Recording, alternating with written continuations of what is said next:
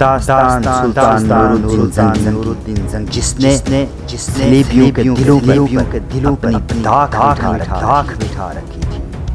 محترم کارلوس، مرسینا اور مشال دونوں بہنیں ہیں۔ تم تینوں کے لیے ایک اچھی خوشخبری لے کر آیا ہوں۔ کارلوس نے غور سے شمس الدین کی طرف دیکھا، پھر کہنے لگا، بیٹے اگر کوئی ہمارے لیے خوشخبری ہے تو کہو، دیر کاہے کی؟ اس پر شمس الدین بے پناہ خوشی کا اظہار کرتے ہوئے کہنے لگا، محترم کارلوس، مجھے آپ کے بھائی سمرون، ان کی بیوی ازبل اور بیٹی جمارہ مل گئے ہیں۔ اگر آپ کہیں تو میں انہیں اندر لے کر آؤں؟ شمس الدین کی اس گفتگو پر کارلوس، مرسینا اور مشال تینوں دنگ رہ گئے تھے۔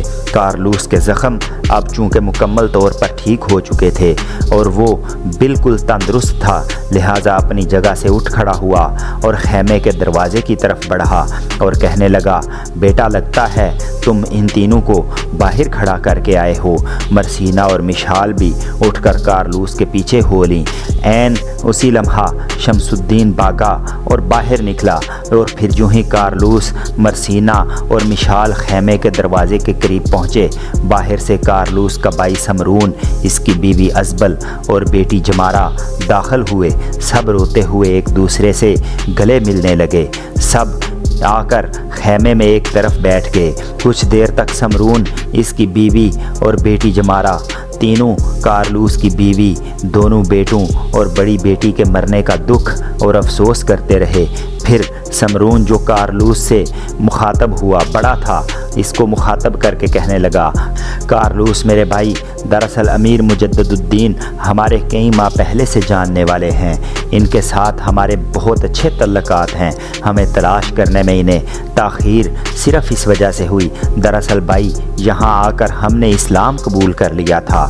اس بنا پر جو آدمی امیر مجدد الدین نے ہمیں تلاش کرنے کے لیے بھیجے تھے، وہ الربا کے ارمینی محلے میں ہمیں تلاش کرتے رہے، جہاں زیادہ تر عیسائی رہتے ہیں۔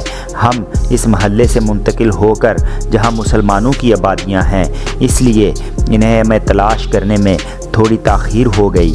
بہرحال میں محترم مجدد الدین، شمس الدین اور ان کے بھائی چچا زاد بھائی خطلخ کا انتہا درجے کا شکر گزار ہوں۔ کم از کم انہوں نے آپ تینوں کو تو تعاقب کرنے والے فرانسیسی نائٹوں سے بچا لیا۔ اتنا کہہ کر سمرون رکا، پھر دوبارہ کارلوس کو مخاطب کرتے ہوئے کہہ رہا تھا، امیر مجدد الدین کی یہ بھی مہربانی ہے کہ انہوں نے اپنے خیمے میں تم تینوں کے قیام کا اہتمام کیا۔ اب تینوں اٹھو، ہمارے ساتھ ہمارے گھر چلو۔ اس پر کارلوس بولا اور کہنے لگا، سمرون تم ٹھیک کہتے ہو، لیکن کارلوس اپنی بات مکمل نہ کر سکا، اس لیے کہ اس سے پہلے ہی مرسینا بول پڑی۔ سمرون کو مخاطب کر کے کہنے لگی، ہمارا اس طرح یہاں سے آپ کے ساتھ چلے جانا بڑا معجوب ہوگا۔ جب تک امیر مجدد الدین یہاں نہیں آتے، ان کا ہم پر بڑا احسان اور عنایت ہے۔ اگر ہم ان سے ملے بغیر ہی یہاں سے چلے جائیں گے تو میں سمجھتی ہوں یہ اخلاقاً اچھا نہیں ہے۔ پھر مرسینا نے شمس الدین کی طرف دیکھا اور کہنے لگی، شمس الدین بھائی، امیر کیوں تمہارے ساتھ نہیں آئے؟ اگر ہمارے چچا، ہماری بہن جمارہ، ہماری چچی ازبل مل گئے ہیں تو میرے خیال میں ان کو بھی ان کے ساتھ آنا چاہیے تھا۔ اس پر شمس الدین کی بجائے مرسینا کا چچا سمرون بول پڑا، مرسینا بیٹی، راستے میں شمس الدین نے مجھے سارے حالات بتا دیے ہیں۔ امیر مجدد الدین اس وقت یہاں نہیں ہیں۔ دکھ بھری آواز میں شمس الدین کی طرف دیکھتے ہوئے مرسینا نے پوچھا، بھائی امیر یہاں کیوں نہیں ہیں؟ کیا وہ ہم سے ملے بغیر واپس حلب جا چکے ہیں؟ اس پر شمس الدین مسکرایا اور کہنے لگا، نہیں میری بہن، ایسی بات نہیں، حلب کی طرف نہیں گئے۔ تم لوگوں کو یہاں تک تو پتہ تھا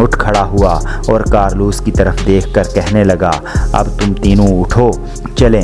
شمس الدین بھی کھڑا ہو گیا اور مرسینہ کی طرف دیکھ کر کہنے لگا، مرسینہ بہن اپنا سامان سمیٹو، اس کے باوجود بھی اگر یہاں کوئی چیز رہ جائے تو تم لوگوں کو میں پہنچا دوں گا۔ مرسینہ مشال اٹھ کھڑی ہوئیں، جلد از جلد انہوں نے اپنا سامان سمیٹا، پھر تینوں باپ بیٹی سمرون، ازبل اور جمارہ کے ساتھ چلے گئے۔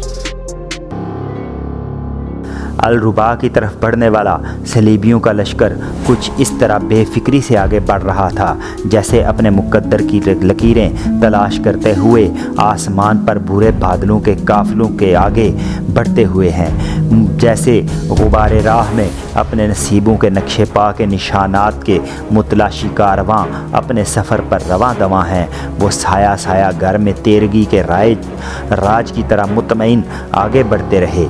انہیں امید تھی کہ وہ الربا شہر کو فتح کر کے باقی صلیبیوں پر بازی لے جائیں گے، لیکن ابھی وہ الربا شہر سے کافی دور تھے کہ امیر مجدد الدین اور ختلخ بن زاہد کسی اتھاہ بے پایاں، بے کراں، لامحدود اور بے کنارہ بحر کی طرح ان کی راہ روک کر کھڑے ہوئے۔ صلیبیوں کو اب یقین ہو گیا تھا کہ جس لشکر نے اس کی راہ روکی ہے انہیں اپنے پاؤں تلے رونتے ہوئے وہ الربا پر حملہ آور ہونے میں کامیاب ہو جائیں گے۔ دوسری طرف امیر مجدد الدین کے ساتھ جو لشکر تھا اس نے دو حصوں میں تقسیم کیا، ایک حصہ اس نے اپنے پاس رکھا، دوسرا اس نے ختلخ بن زاہد کی کمانداری میں دیا۔ کچھ دیر دونوں صلاح مشورہ کرتے رہے، پھر حملے کی ابتدا خود مجدد الدین ابن دایا نے کی تھی۔ وہ صلیبیوں پر اس طرح حملہ آور ہوا جس طرح آباد الزہم اور کار طفلاں کا کھیل کھیلنے والوں پر اخلاص و استقامت کے ساتھ اور نون و قلم کا راز کھولنے والے عناصر و نزول کر جاتے ہیں۔ مجدد الدین جب اپنے حملے کی تکمیل کر چکا تب ختلخ بن زاہد نے اپنے کام کی ابتدا کی۔ وہ اپنے لشکر کو مزید بائیں جانب لے گیا، پھر دشمن کے پہلو پر اس نے حملہ کر دیا۔ مجدد الدین جب صلیبیوں پر حملہ آور ہوا تو صلیبی سارے ایک طرف سمٹ گئے۔ ان کا ارادہ تھا کہ اس کے حملے کو روک کر جوابی کارروائی کریں گے، مگر ان کی جوابی کارروائی کرنے سے پہلے ہی ختلخ بن زاہد نے ان کے پہلو پر ایسی زوردار ضربیں لگائیں کہ جوش و جذبہ اور زور مجدد الدین کی طرف بڑھا تھا۔ اس میں سے کچھ کا رخ ختلخ بن زاہد کی طرف تھا، جس سے مجدد الدین نے پورا فائدہ اٹھایا اور اپنے سامنے آنے والے صلیبیوں کو اس طرح تقریباً روندتے ہوئے گھسیٹتے ہوئے آگے بڑھنا شروع کر دیا۔ فرانسیسی جس تکبر اور غرور اور تعصب و گمنڈ اور عقائد و نظریات کے گرداب کو لے کر الربا کی طرف بڑھے تھے وہ دھواں کی طرح تحلیل ہوتے ہوئے دکھائی دے رہا تھا۔ مجدد الدین اور ختلخ بن زاہد نے ان پر حملہ آور ہوتے ہوئے اجل کے کھیل کا ایک عجب سما باندھ کر رکھ دیا تھا۔ ان کے اس طرح حملہ آور ہونے سے میدان جنگ میں بربادی کی پرچھائیاں بد نصیبی کے سائے رقص کرنے لگے تھے۔